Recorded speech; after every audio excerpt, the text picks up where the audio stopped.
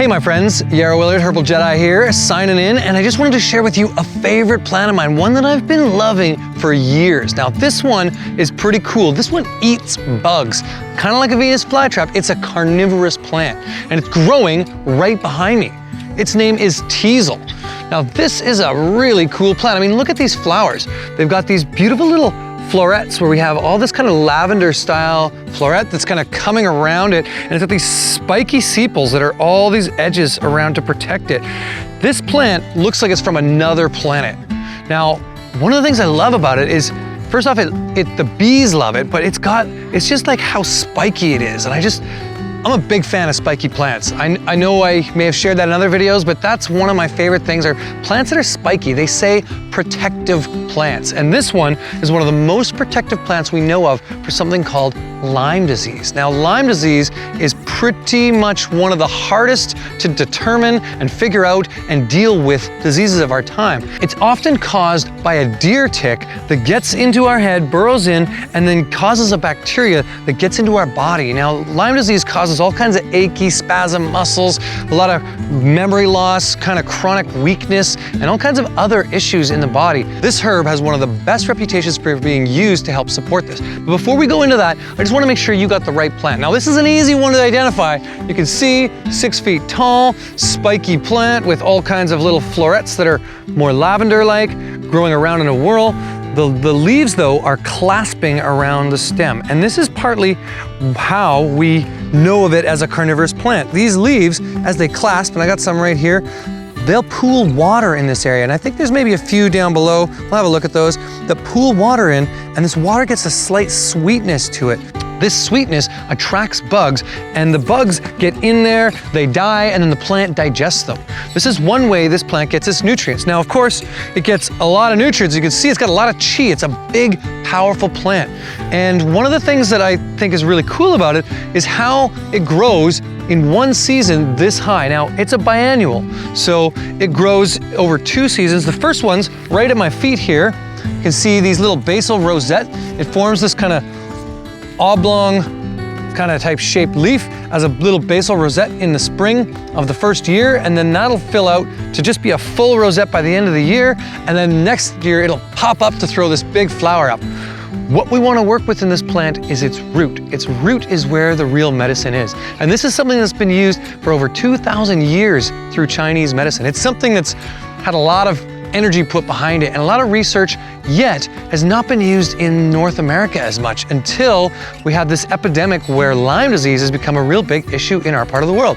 And now, if you go on any Lyme forum, you're gonna find a lot of people who have been using this plant pretty regularly, and it's not a cure-all, but it's definitely helpful in helping to relieve some of the aches and strains and pains and some of the memory fog, some of the issues that come along with this. One of my favorite herbalists, Matthew Wood, talks about the doctrine of correspondence with this plant and how it shows up in a similar way to the way it works in healing the body.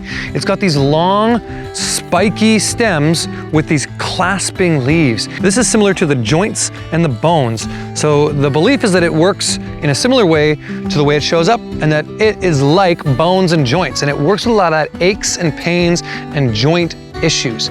This is something that can help with Lyme, but also with other people who have different aches and pains.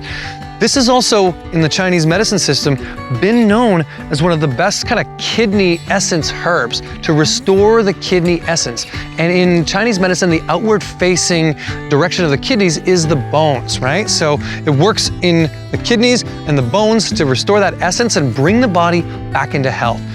So we're gonna have to dig up some roots, because that's where the medicine is. Now, often if we wanna make medicine with the roots, we're gonna use the fresh roots. Of course, you can use dried roots as well, but we're gonna use the fresh roots of the first year plant. Now, as it's about midsummer and this is in flower, it's not the ideal time to harvest roots, but we'll harvest a couple just to show you. Essentially, we wanna harvest the roots at the very end of the first year or the very beginning of the second year, so before they shoot up these flowering heads, when all the chi and energy is in the roots. This is a teasel root tincture that I made a few days ago, just chopping up these fresh roots and then adding them into alcohol. I do a 1 to 3, which means 1 gram of fresh roots for 3 mils of the alcohol, and I usually use a 70 to 75% alcohol. That way I'm pulling out and counting for the water that's in the herbs. Really simple to make. Shake this up, let it go for about 2 weeks, and then pour it off and filter it, and you've got teasel medicine.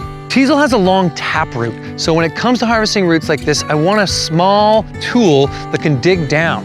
This is the tool I'm going to use. It's called a hori hori. It's one of my favorites. It's a Japanese gardening tool, and essentially we'll be able to get right beside the teasel root and dig it up. Again, we're not going to use these big ones. We're going to use these little ones that are growing all along here. If you see down over here, you're going to see how many little ones there are. There's a nice big one right there, but we'll start with the one out here because it's a little easier to see.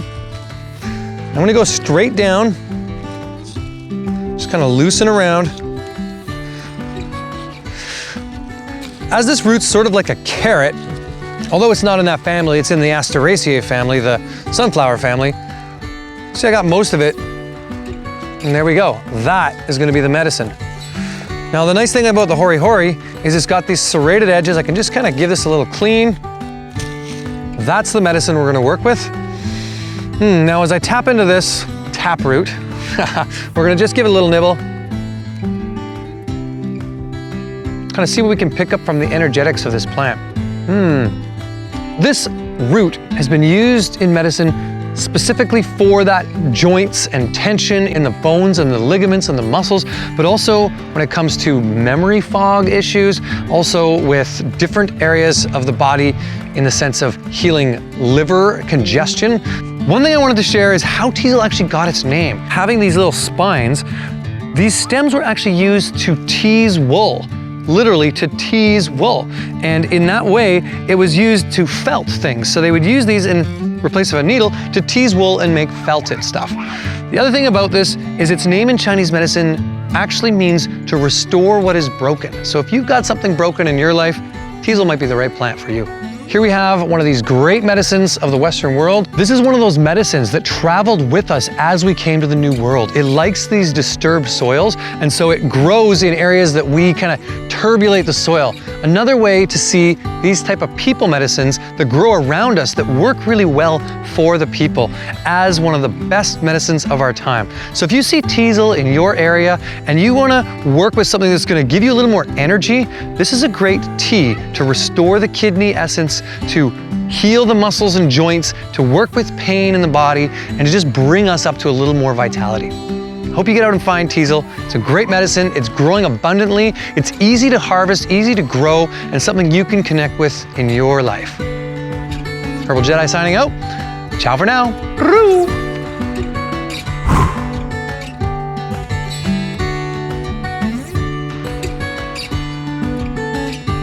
Hello? Is this thing on? Is anybody out there? Do you think the guys on YouTube are gonna get this do you think this thing works? Hello? Oh, one more thing I wanted to share with you before you go is about the flower essence of teasel. Now, the flower essence of this plant is very special. It's one of those ones to bring you back into alignment. If you are weak or low energy or in a chronic ill state or have a bad relationship or something that you shouldn't be doing, teasel flower essence is one of the perfect essences to bring you back in the right direction for the right place in your life.